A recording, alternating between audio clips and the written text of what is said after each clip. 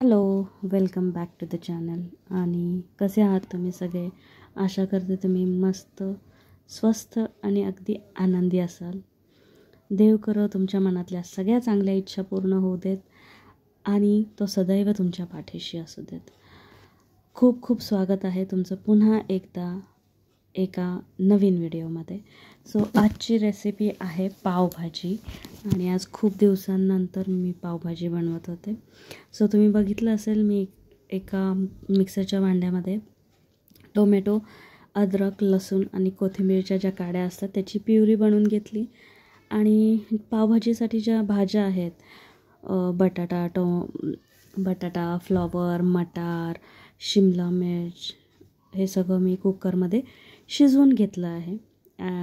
Actually मी हे ना पावभाजी टिफिनला बनवून घेऊन चालले होते, त्याच्यामुळे सकाळी फटाफट मी हे बनवलं आणि तुमच्यासाठी सकाळी बनवत होते. सो म्हटलं तुम्हाला तुमच्यासाठी पण व्हिडिओ रेकॉर्ड करते. सो फटाफट बनते ही. थोडंसं प्लॅनिंग करून जर तुम्ही काही गोष्टी केल्या तर होऊ शकतं, तुम्ही टिफिनला पण नेऊ शकता. एकीकडे भाजी शिजत ठेवायची, बाकीची तयारी करायची आणि तुमचं घरातलं साईड बाय साईड काम पण करायचं. सो माझी भाजी पण शिजून झाली होती आणि मग मी काय केलं की तेल गरम करून घेतलेलं आहे आणि त्याच्यामध्ये आता छान कांदा परतून घ्यायचा. जी आपली छोटी छोटी कामं असतात ना, ते आता जसं मी कांदा परतते आहे, जर तुमची भाजी थंड झाली तर ती स्मॅश करून घ्यायची. म्हणजे अशी तुम्ही कामं करू शकता. असं नाही की एकच काम करताय तर तेच करत बसायला पाहिजे. एक काम करताना तुम्ही कितीतरी किचनमधली छोटी छोटी कामं करतच असतात आणि तसंच केलं तर खूप तुमचा वेळही वाचतो आणि तुमच्या ज्यानी गोष्टी पण मॅनेज होतात. आता सकाळी ज्यांना जे वर्किंग वुमन आहेत त्यांच्यासाठी तर सकाळचा टाईम खूप धावता वेळ असतो.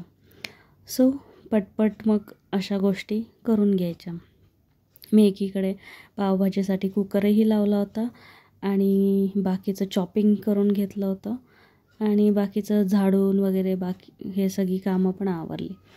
जसा कुकर गार झाला तसं फोडणीची तयारी करून घेतली. भाजी स्मॅश करून घेतली आहे मी. सो आता तुम्ही बघू शकता कांदा छान गुलाबी असा झालेला आहे, पण फक्त ह्याचा ना कच्चेपणा गेलेला आहे. गुलाबी झाला आहे म्हणजे थोडासा त्याचा कच्चापणा जो असतो ना कांद्याचा तो निघून गेलेला आहे. आपल्याला अजून थोडासा हा परतवायचा आहे. नाहीतर ना तुम्ही जेव्हा ही पावभाजी खाल ना तेव्हा ते कांद्याचा कच्चा फ्लेवर लागतो. सो अजून हा बघू शकता तुम्ही कांदा अजून थोडासा लाल झाला आहे.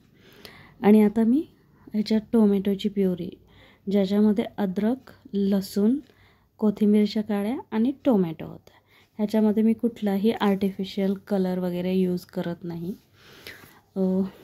आपण नंतर त्याच्यामध्ये जो मसाला किंवा लाल तिखट मिक्स करणार आहोत ना त्यानेच खूप छान कलर येतो. आणि बाहेरची जी पावभाजी असते ना त्याच्यामध्ये आर्टिफिशियल कलर्स असतात. भाज्या त्यांनी कशा वापरलेल्या आहेत ते आपल्याला माहिती नसतं. तुम्हाला माहिती आहे फ्लॉवरमध्ये खूप अळ्या असतात.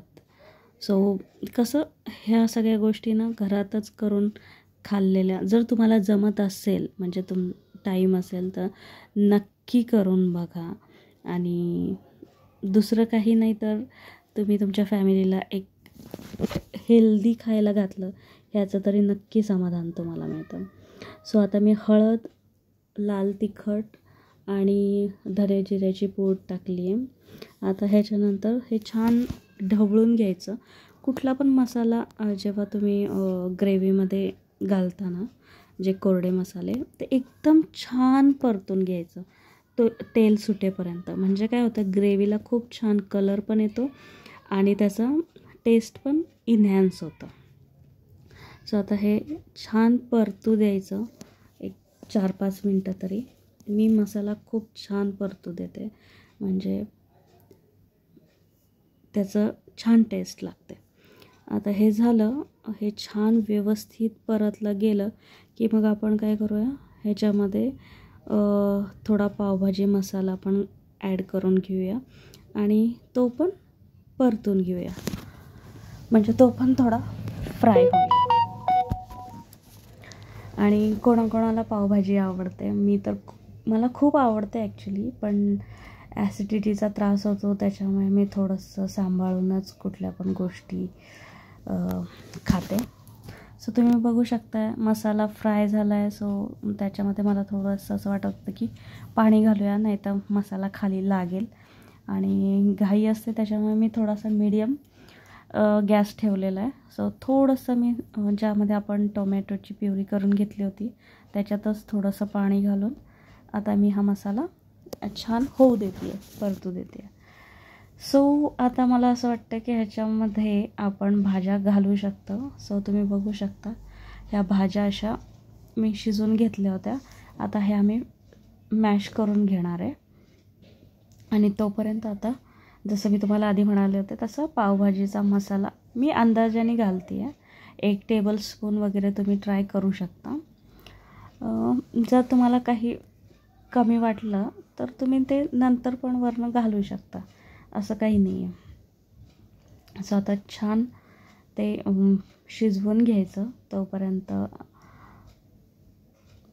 आणि मी इथे दाखवते की बादशाहचा जो पावभाजी मसाला आहे ना, मी तो यूज करते आहे. आणि मी भाज्या पण मॅश करून घेतलेल्या आहेत. आता आपण ह्याच्यामध्ये मसाल्यामध्ये ॲड करून घेऊया. छान मॅश केलं आहे, मॅशरनी मॅश करून घ्या. आणि आता हे तुम्ही बघू शकता. आणि ना पावभाजीची भाजी जेव्हा तुम्ही बनवता ना, अगदी थोडं थोडं घातलं ना, म्हणजे मी अगदी थोडासा फ्लॉवर, 1 बटाटा, मटार, शिमला मिरच 1 घातली होती. आणि ह्याच्यामध्ये ना मी गाजर पण घातले होते. तुमच्याकडे जर असेल ना तर तुम्ही बीट पण घालू शकता. त्याने पण कलर थोडा रेडिश येतो, छान वाटतं. आणि मी अजून थोडासा पावभाजी मसाला घालते आहे, कारण की पावभाजीची क्वांटिटी थोडी जास्त आहे. सो मसाला परतताना पण घातला आहे आणि आता वरनं पण घालते आहे शिजायला. आता तुम्ही बघू शकता आता पावभाजी शिजायला थोडा वेळ लागेल, 5-1 मिनटं. सो मी तोपर्यंत काय केलं, ही भाजी मॅश तर करून घेतलीच होती मी, अजून एकदा थोडंसं मॅशरनी क्रश करून घेते. सो आता ही पावभाजी शिजेल, 1-5 मिनटं ठेवायचं त्याला छान उकळी वगैरे येईपर्यंत. तोपर्यंत मी पाव कट करून घेतले होते, त्याला बटर लावून छान आपण शेकून घेऊया. आणि बटर लावलेले ना पाव मस्त लागतात पावभाजी सोबत. आता हे लाल तिखट, पावभाजीचा मसाला, जसं तुम्हाला कमी जास्त आवडत असतील त्याप्रमाणे तुम्ही हे करू शकता. पण सुरुवातीलाच अगदी बेताने घाला. मी बेताने घातलं होतं आणि आता मला कमी वाटतं आहे म्हणून मी पुन्हा एकदा त्याच्यामध्ये मसाले ॲड करते जसं तुम्ही खात असाल. आणि सगळ्यात म्हणजे आपण जेव्हा कांदा परतत होतो तेव्हा मीठ घातलं होतं. आणि म्हणजे मी तसं सगळं बेतानेच घालते, कारण नंतर तुम्हाला घालता येतं. आणि अगदी जास्त झाला कुठलीही वस्तू, तिखट किंवा मीठ, तर त्याची कन्सिस्टन्सी ॲक्च्युली तुम्ही ॲडजस्ट करू शकता थोडंसं गरम पाणी घालून. पण हाही एक ऑप्शन असतो की तुम्ही आधी सुरुवातीला कमी घ्या आणि त्याच्यानंतर तुम्हाला लागलं तर तुम्ही ॲड करू शकता. सो आता माझी पावभाजी रेडी झालेली आहे. आता आपण पाव बटरवर भाजून घेऊयात, म्हणजे तुमची पावभाजी. आणि सगळ्यात इम्पॉर्टंट हे बटर आहे जे मी ह्याच्यामध्ये ॲड केलं आहे. आणि ॲक्च्युली तुम्ही तडका पण बटरमध्ये देऊ शकता, पण मी अगदी पावभाजीमध्ये नंतरच घालते, म्हणजे त्याचा तो फ्लेवर तसाच छान राहतो. आणि हा ग्रिल पॅन आहे आणि त्याच्यावर मी मस्त पाव शेकून घेतले. चला तर मग रेसिपी आवडली असेल तर लाईक करा, शेअर करा आणि चॅनलला सबस्क्राईब करायला विसरू नका.